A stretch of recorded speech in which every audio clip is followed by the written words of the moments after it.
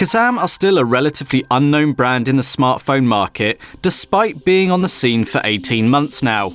The recent launch of the Tornado 348, which measures just 5.5mm thick and has a Guinness World Record to its name, grabbed some media attention. The Thunder 340 is a little different, an entry-level smartphone that is about function rather than thrills, with a Windows Phone 8.1 operating system, 1.2 GHz quad-core processor, 4GB of internal memory, 512 meg of RAM, 3G, 4-inch touchscreen display, Wi-Fi, GPS, 5 megapixel camera, dual SIM and a 24-month warranty, including a free screen replacement. At £75 inclusive of VAT, including a case, and for that feature set, you really struggle to fault it.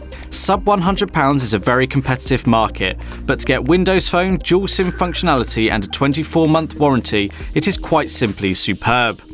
In comparison to most phones I handle today, the 340W is refreshingly small with a 4-inch touchscreen display, and the curved edges make this feel comfortable in hand. Of plastic construction, it feels soft and warm to the touch, but still robust. It is not metal like the back cover may lead you to think.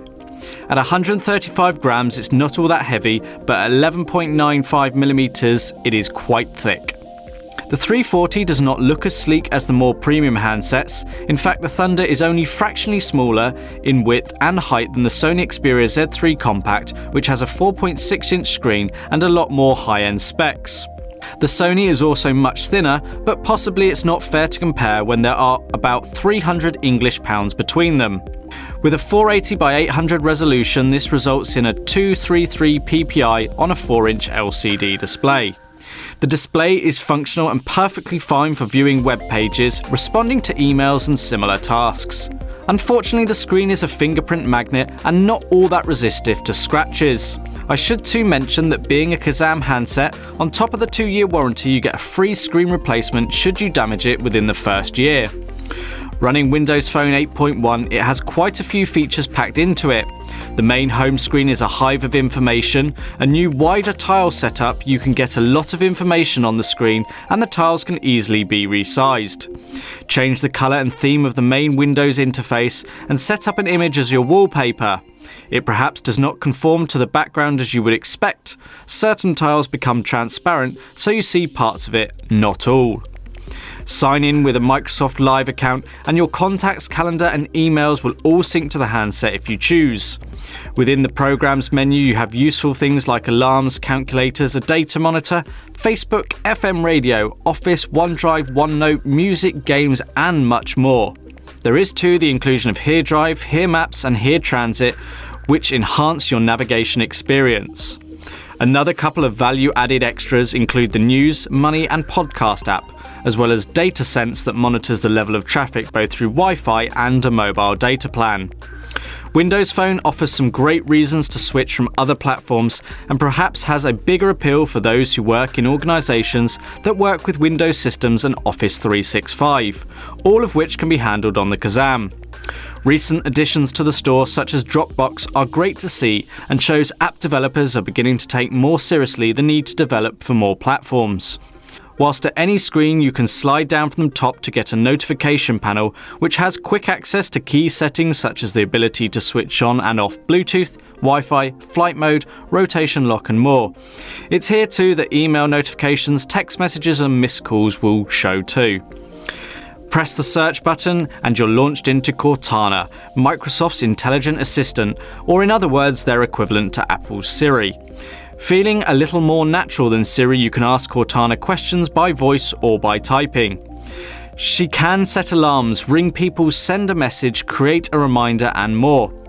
Throughout my time with it, I found the general performance to be acceptable. There were times it seemed to lag slightly, but I was mindful of the price point. It's all too easy to get complacent and compare it to smoother performing products. Included in the 340 are the core connectivity options you need. 2 SIM card slots that both support 3G connectivity are included along with Wi-Fi, Bluetooth and GPS. Thus, wherever you are, subject to the SIM cards having mobile data plans, you should always be able to connect to the internet. Where this comes into its own is if you have a personal number and a business number, or maybe one for use in the UK and another for use in Europe.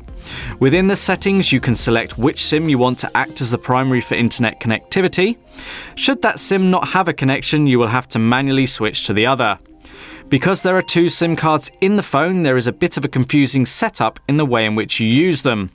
On the home screen, there are 2 icons for the phone and 2 for messaging. Within the icon is a number that symbolises which SIM they're connected to. The device charges and connects to a computer via micro USB, and there is a 3.5mm audio jack for audio out.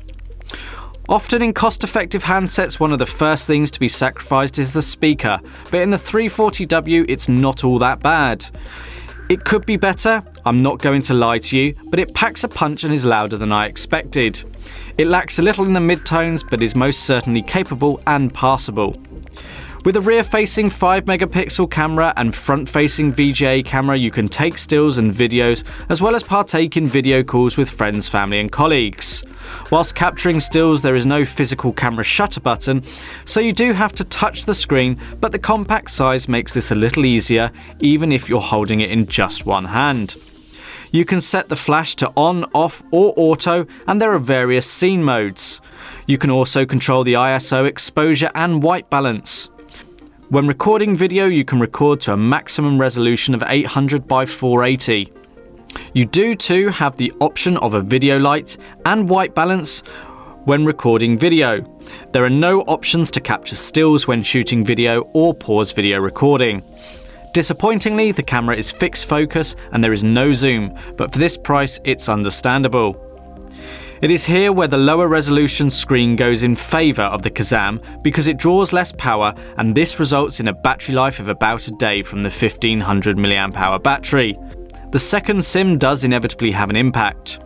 Your usage will vary to mine, but I was able to achieve 8 AM to 8 PM quite happily most days with light to moderate use. If you know that you're not a big phone user, then you may get 2 days out of it, depending on whether you're using both SIMs or not. In some respects, today you get a lot for £75 and in others you do not. I think it's safe to say here you get a lot, offering dual SIM functionality with expandable memory and all the Microsoft services for well under £100 in my mind is superb. It will not set the world alight, and you will probably not be the envy of those sporting the latest Samsung or Apple handset, but you can take solace from the fact that you are considerably better off financially.